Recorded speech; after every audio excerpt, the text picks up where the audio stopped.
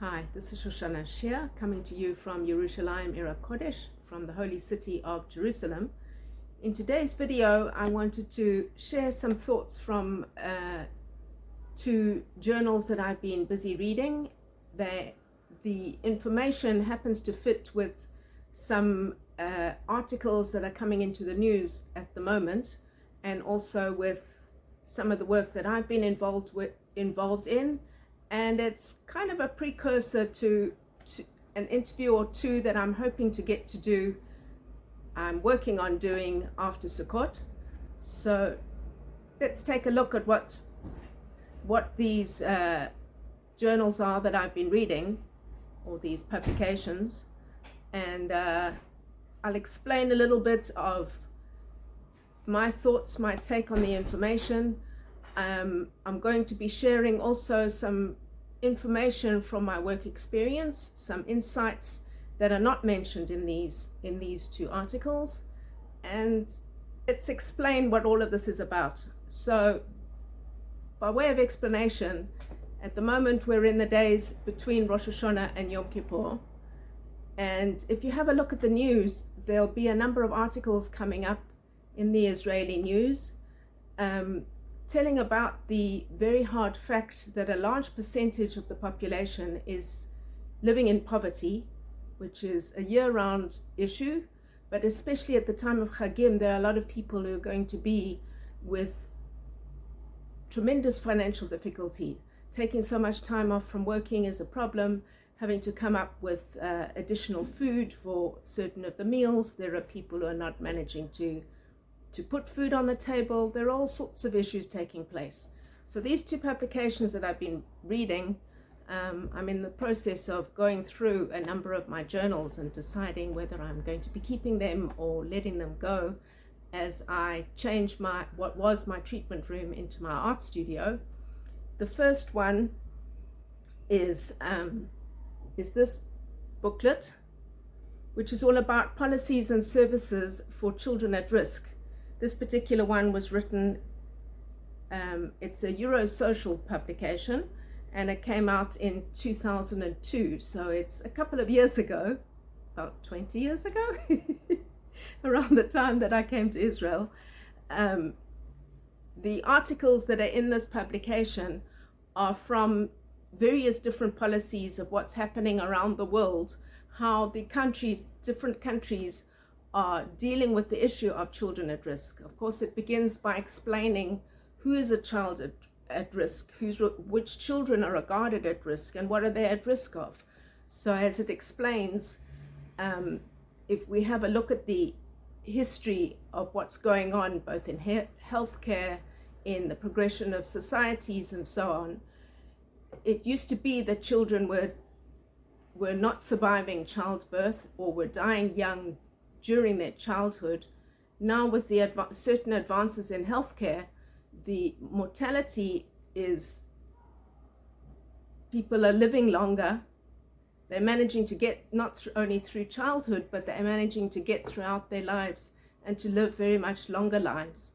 And this creates certain issues that we as a society have to deal with. So the kinds of risks that they're talking about are whether the children would be able to get through their education, whether they'll be able to be successful to transition into the working world sufficiently to earn a decent enough income that they can be able to cover all of their expenses and become an important member of society, in that they're able to contribute instead of needing to ask for assistance. There are all sorts of factors involved. And of course, it's not only their working ability, it's also their social skills, their involvement in the right kinds of social groups. It's also what their standard of health is like within the family. The kinds of causes that are mentioned in this publication deal with low-income families from low-income backgrounds. Quite a lot of them, the parents do not have a tertiary education, and so their potential for earning is less. With that comes all sorts of problems. Also, those who come from divorced families, quite often if there's fighting within the two sides of the couple, of the parents, the husband and the wife and their respective families are not at peace and working together towards making sure that the children are well adjusted, are getting the education that they need, that there's potential for them to have the extramural activities and whatever it is that's necessary to nurture this child and help them to get to the stage that they're finishing school and going on to study further and to become gainfully employed and to learn all of the different life skills that are necessary, and also in order to be productive and functioning members of our society. So these are some of the issues that involved.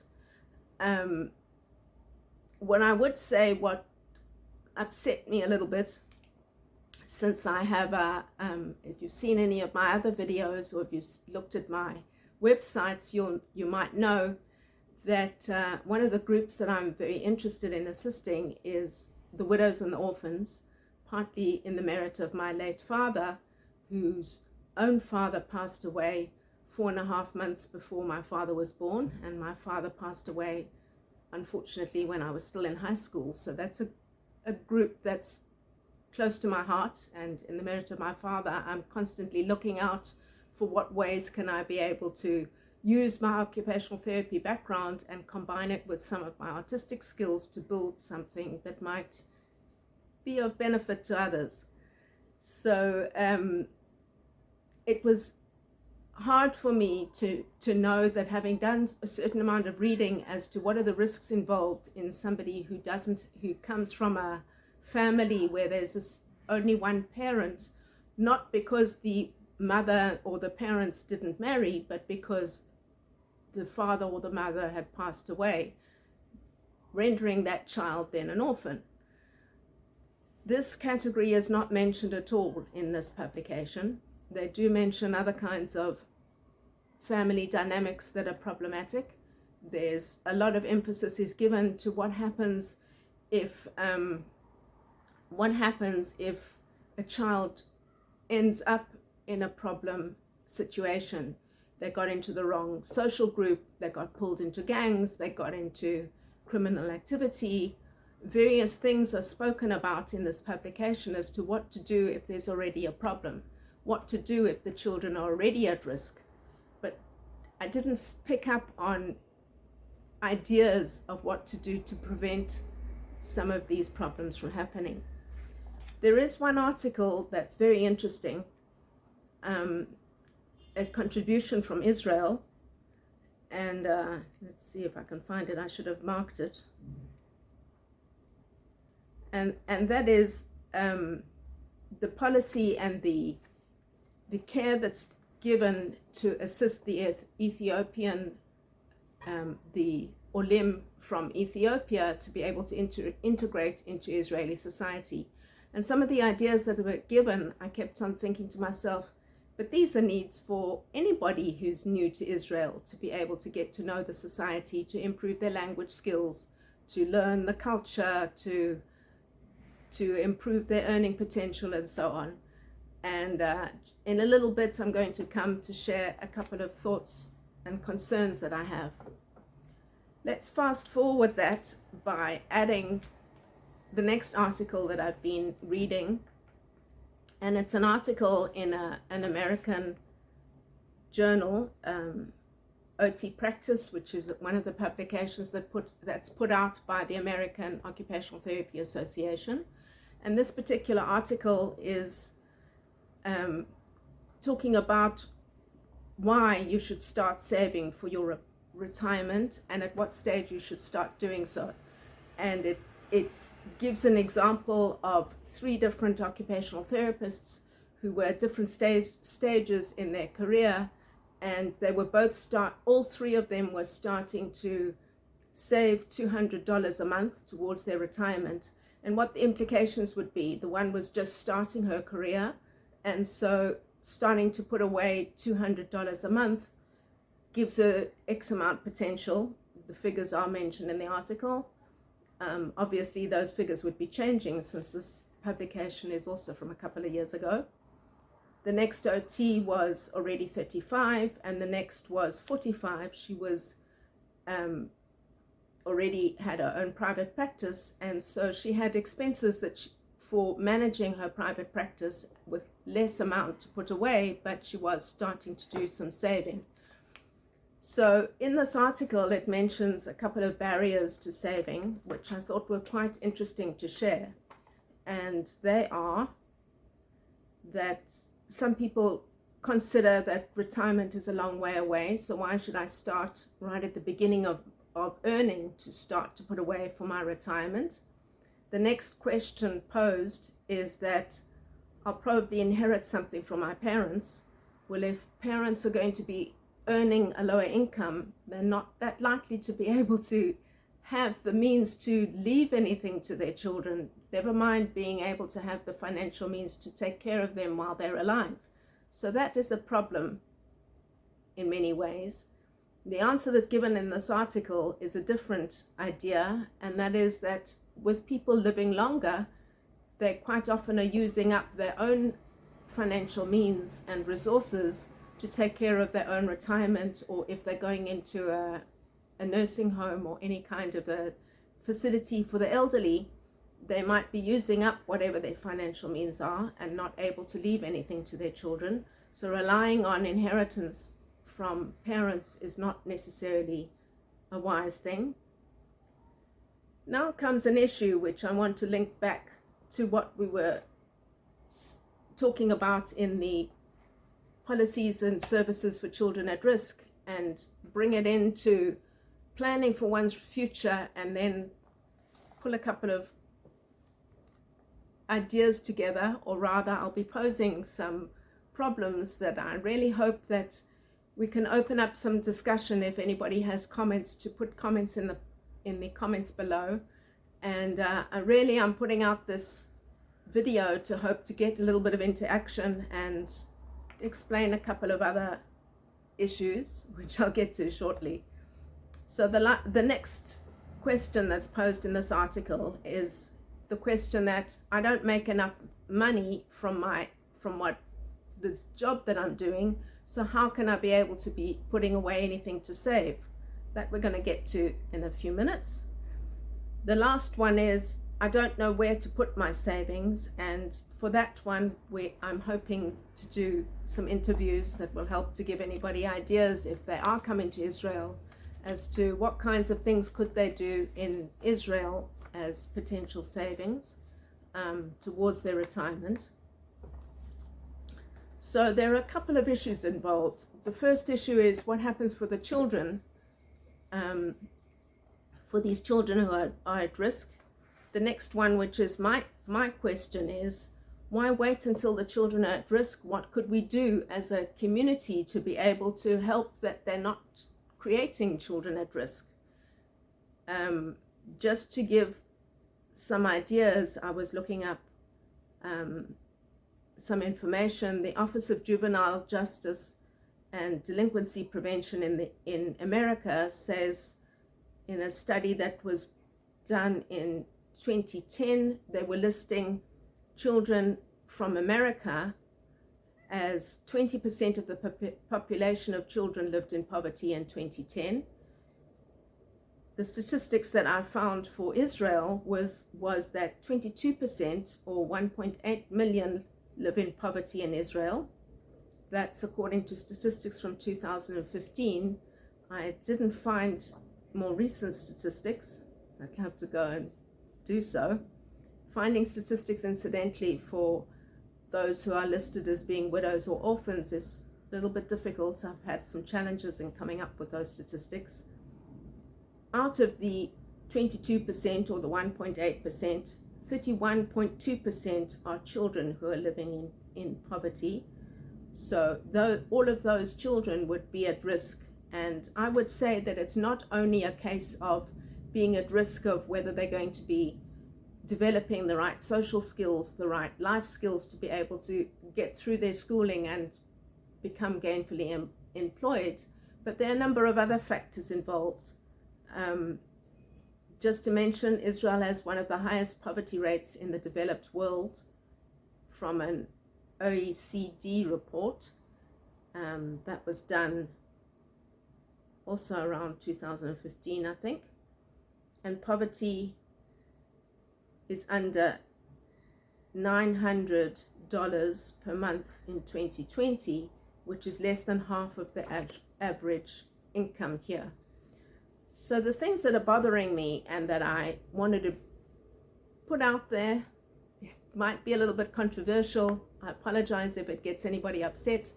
But some of the issues are, if somebody's coming to Israel and they're coming with a small family, or they're coming on their own and they're hoping to get married and start a family, the problem that I have is the mentality of pushing people into minimum wage and sometimes even below minimum wage work as they're getting started in Israel. Unfortunately, it's leading to people leaving their professions. It's leading to people coming to Israel and working, for example, in the health profession, and then going and spending a certain amount of time every month or every few months going and working overseas in order to earn the money that they need to continue living here, with consequences, as we discovered with one of our doctors who was near us, being overworked and traveling quite a lot. He unfortunately passed away of a heart attack 2 or 3 years ago.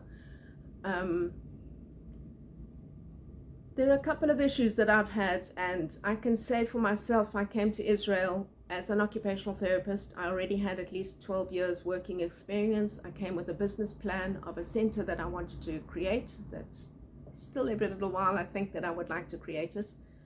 But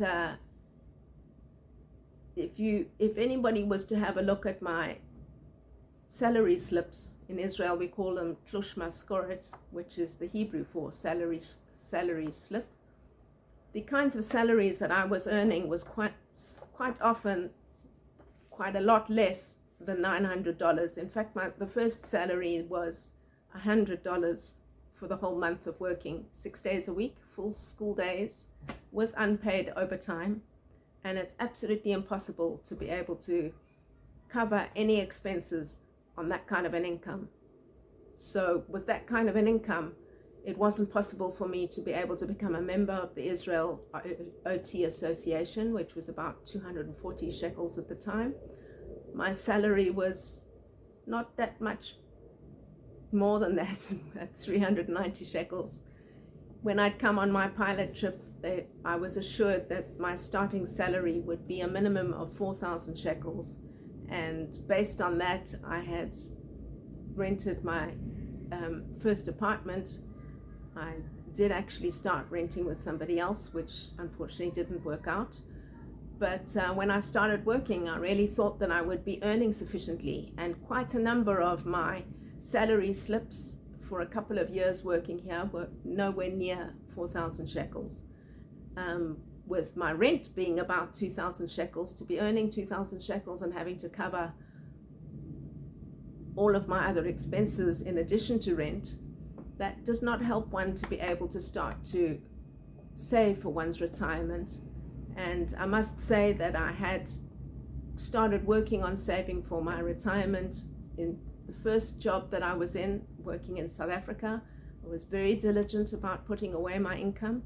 But unfortunately, when I went back to South Africa after working in England and America, and I discovered the affirmative action and was not able to find work, so I had started then seeing what I could do to develop a private practice and to start to work towards my dream center, and to start to develop some of my art that I could be able to sell. And I'm very grateful that I was able to sell some of my art, because that certainly covered some expenses every now and again.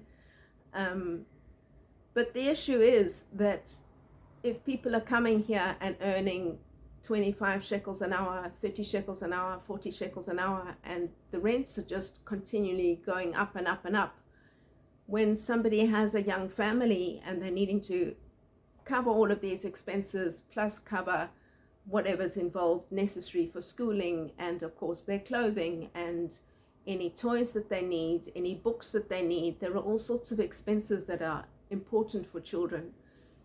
The problem comes with the mentality of pushing people into minimum wage work. And a couple of times along my journey, when places of work were not paying me, even though I was an experienced occupational therapist, many times I was told to go and work either as a secretary, or the one that's a favorite is go and clean houses.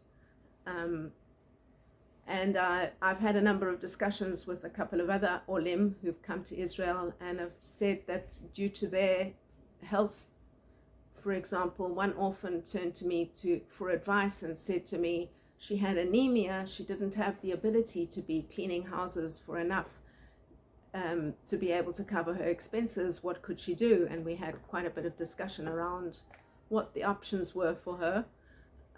But all of these kinds of ideas and the mindset of wanting people to come to Israel and go straight into minimum wage work, well, that might be well and good for saying you're new to the country, you need to get known, you need to become adjusted before you can earn well. The problem is that if you're keeping a person limited with a limited income, that means that there's a ripple effect that takes place. That person then cannot pay for certain expenses of things that are necessary, whether it's continuing education, whether it's keeping up with replacing clothing, which is a necessity, whether it's having healthy food, whether it's paying for certain health care that's necessary, whether it's attending certain events or anything, even if it's going to the matnas, to the cultural centers, and participating in any of the activities that they have taking place. All of these have some kind of an expense involved. And if you don't have the financial means to do that, you're at risk for not being able to integrate into the society here, into the community here. So one other idea that I would share is that with all the talk about all of the people who are living in financial difficulty here in Israel, is that quite often at the time of the high holidays, the Yomim Tovim, the Chagim, if somebody was to turn to a rabbi or to any of these organizations and say that their family is in need of assistance, a number of these organizations will put out envelopes saying, we're collecting money to help so many families, and yet when the person who's in need of help would contact the organizations, they're not told that they could receive any money. What they're given instead, although there are a few who do give vouchers, I do acknowledge that, but a lot of them will give boxes of food, and I have seen some of these food boxes that are given out. The idea is a wonderful one. The problem is that the kinds of foods that are put into these boxes that are going to needy family are not the kinds of food that are going to be able to sustain a person's health, to help to promote their health and to keep them healthy, that they can concentrate when they're davening, or if the children are going to school, that they can be able to have that nourishment, that nutrition that they need to be able to concentrate and learn effectively. And if they're not learning effectively, of course, they're not going to get through their schooling to be able to get to earn at the end of their schooling career. So some of the food products that are given are things like white sugar, white flour. They might be given biscuits that are wafer biscuits, again with white flour and sugar, and that's mostly some flavoring. They might be given canola oil, which is not good for everybody. A number of people have a lot of issues about canola oil, and it's healthier to give sunflower oil, which is not that much different in price to the canola oil, but it's not so often that somebody would get a bottle of sunflower oil, or even of olive oil, which is so much healthier. Other kinds of items that they'll get is white rice. They might get some chocolates or some sweets, perhaps some soup mix, mostly with artificial flavoring and things. A lot of the items that are given have, more and more of them have soy as an ingredient, and if anybody has an allergy to soy, that's a problem. So none of those food items would be able to be eaten by the person. The problem with giving food ingredients that are not so healthy is that it has an effect on one's immune system, which causes a difficulty in functioning or putting one at risk of catching other infections or developing a range of other conditions. Promoting health and wellness is a very big part of occupational therapy. It's an important part of occupational therapy, and it's one of the reasons why I moved away from treating in person to rather work towards putting out some educational videos, some videos that will share some of the issues that I have. And one of the solutions that I have is a kindness club that I'm creating. So if you're interested in coming on board and getting involved with other ways to help, as I said earlier on, my big interest is in helping widows and orphans. One of the reasons also, aside from being in the merit of my late father, is that that's a mitzvah, a commandment that's given to us in the Torah. It's mentioned a couple of times in Tanakh. And so I invite you, if that's of interest to you, to help to strengthen widows and orphans. Please be in touch with me, and I'll send you information as soon as I've finalized some details in the membership of my Kindness Club. The other thing is, of course, putting out some informational videos and the issues involved, the potential of creating children at risk by not enabling people to use their skills to earn a better income. Earning a lower income, as I said already, can lead to a whole range of problems in all different areas. And of course, one of the difficulties is if you're not earning enough to cover your basic needs, it's absolutely impossible to be putting away anything to be able to save towards your retirement, which results in a huge group of people who are potentially at risk further down the line. And just to share a short story, and with that, perhaps it's time to already bring this video to an end, is that a couple of years ago, I was out and about doing some errands, and I would quite frequently see an older lady who was begging near the central bus station, and I stopped to talk to her a couple of times, and on one occasion I said to her, "What's your story? How is it that you're a mature lady? Why are you on the streets? What happened?" And she said to me she'd worked all her life. She worked really hard. Her husband had worked really hard. They were both now retired. She was into her 60s. Her husband also was in his later 60s, almost nearing 70. He had a number of health problems and was not able to continue working at all. And the problem was that with the Bituach Laumi, the little bit of money that they receive from Bituach Laumi, the national health, for their retirement, it wasn't enough to cover their expenses. But if she started to earn anything, she was told that she would lose that bit of retirement, that Bituach Laumi. And so instead she turned to being on the streets, because she said that in that way she was able to receive more money per day to help to cover their expenses. It was hard for her. It was hard sitting on a small chair. There were all sorts of issues. We got into a couple of discussions. I spoke to her a number of times and tried what I could to give her some encouragement, or to think up other ways that we could be able to come up with other ideas, that she didn't have to be on the streets. But it's a very hard reality to have to see somebody in their 60s turning to the streets because they'd worked hard all their life and they did not have sufficient income to be able to cover their expenses in their old age. So with that, I want to throw out again the issues of the mentality of expecting olim when they come to this country to be earning a lower income, or to be working in areas, if somebody's an experienced therapist and having to go and work as a secretary or a receptionist. To a certain extent, to gain the language, I understand. Having limited hours, I could understand, but not for that to be their entire income. And certainly if somebody is working in a facility, I would love to see changes happening, that therapists are able to be paid correctly, to remain within the profession. There are a number of therapists that I've come across who've left occupational therapy, unfortunately, because of the problems with income. and with not earning sufficiently. As one of them said to me, that she'd left OT after about 18 years of being a therapist to be able to do something that would be more conducive to mothering, to taking care of her children, and to earning a better income. So if you're interested in exploring other ways, I'm certainly testing out a number of ways to be earning a better income. I'm building up a couple of